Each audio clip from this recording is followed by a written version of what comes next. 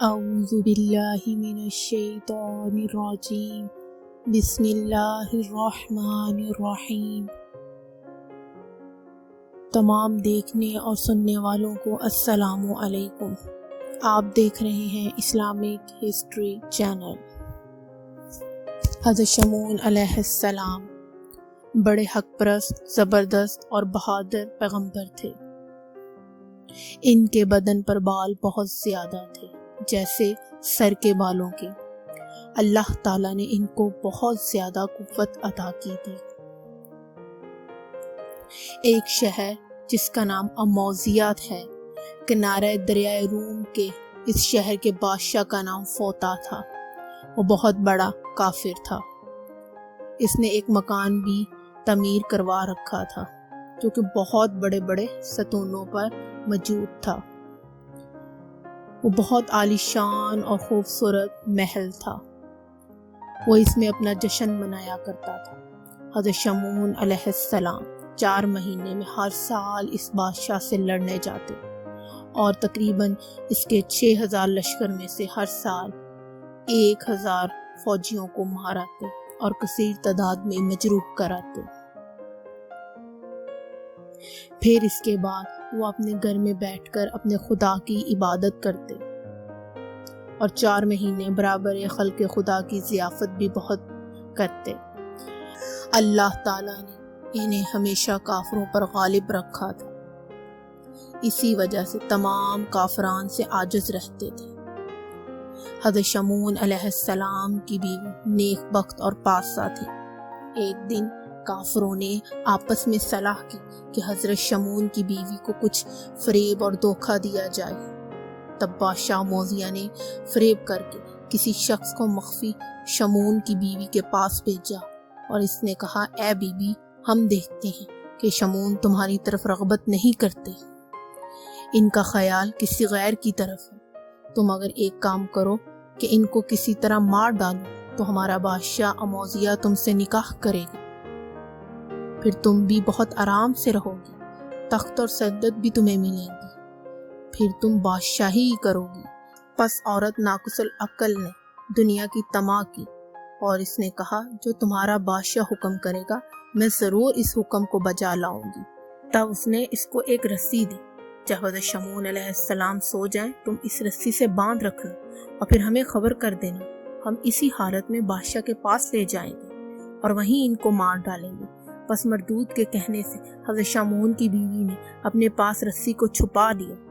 جب رات ہو گئی تو حضرت شمعون علیہ السلام سو گئے۔ بیوی نے ان کو نیند کی حالت میں باندھنا شروع کر دیا۔ اچانک حضرت شمعون علیہ السلام نیند سے بیدار ہو گئے اور انہوں نے اپنے ہاتھ پاؤں بندھے دیکھے تو رسی کو توڑ ڈالا اور اپنی بیوی سے پوچھا، کس نے مجھے باندھا تھا؟ وہ بولی، میں نے خود ہی باندھا تھا۔ حضرت شمعون نے پھر کہا، تم نے مجھ کو کیوں باندھا تھا؟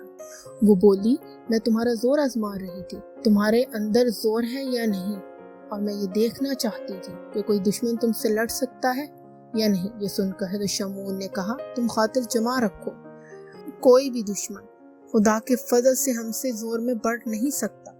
پھر 4 مہینے کے بعد حضرت شمعون علیہ السلام اس شہر میں فی جہاد فی سبیل اللہ کے واسطے گئے، پھر وہاں سے لڑائی فتح کر کے واپس تشریف لے آئے۔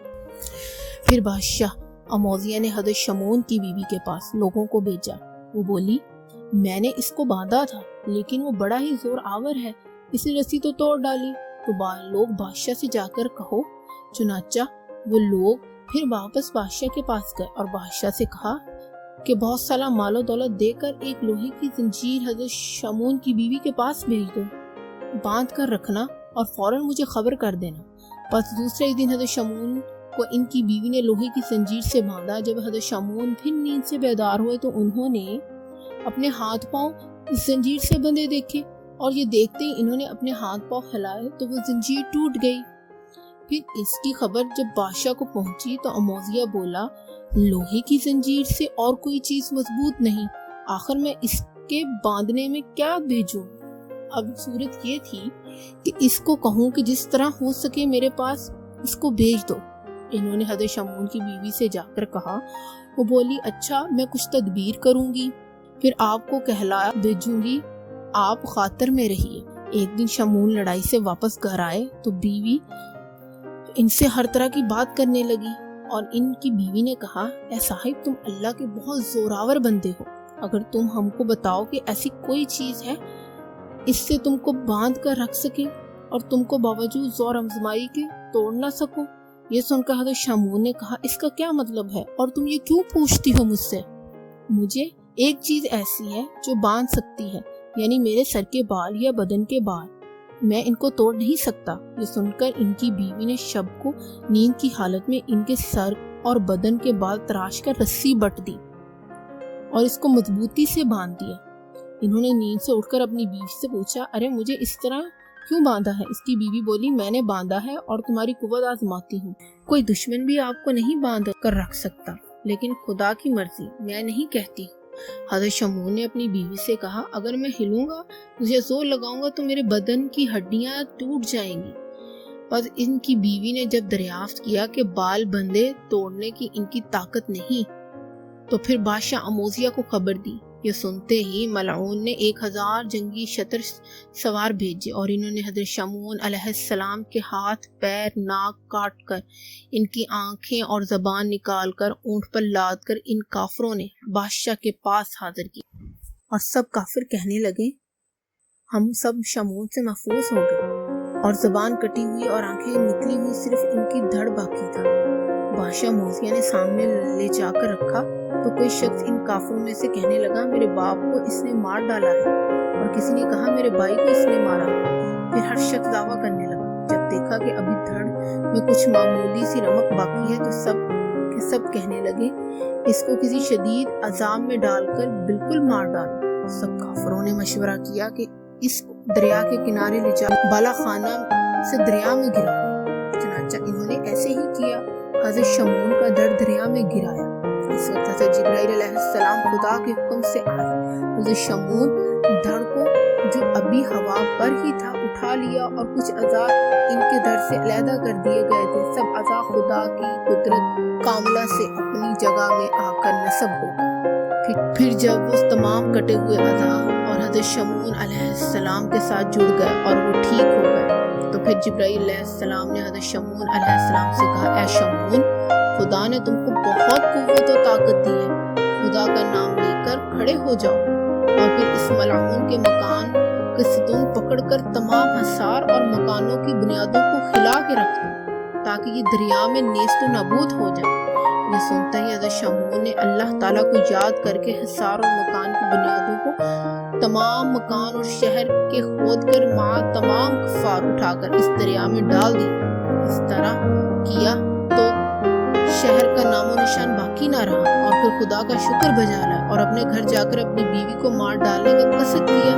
خدا کے حکم سے حضرت جبرائیل آئے اور کہا، خدا تم کو فرماتا ہے کہ اپنی بیوی کو مت مارو، کوئی اذیت بھی مت دو، کیونکہ اس نے نادانی سے بادشاہ اموزیہ کی صلاح سے تم کو باندھ کر اس کے حوالے کیا تھا۔ چونکہ عورت ناقص العقل ہوتی ہے، تم اس حرکت کو معاف کرو اور اس کے ساتھ نیک سلوک کرو، خدا مالک ہے۔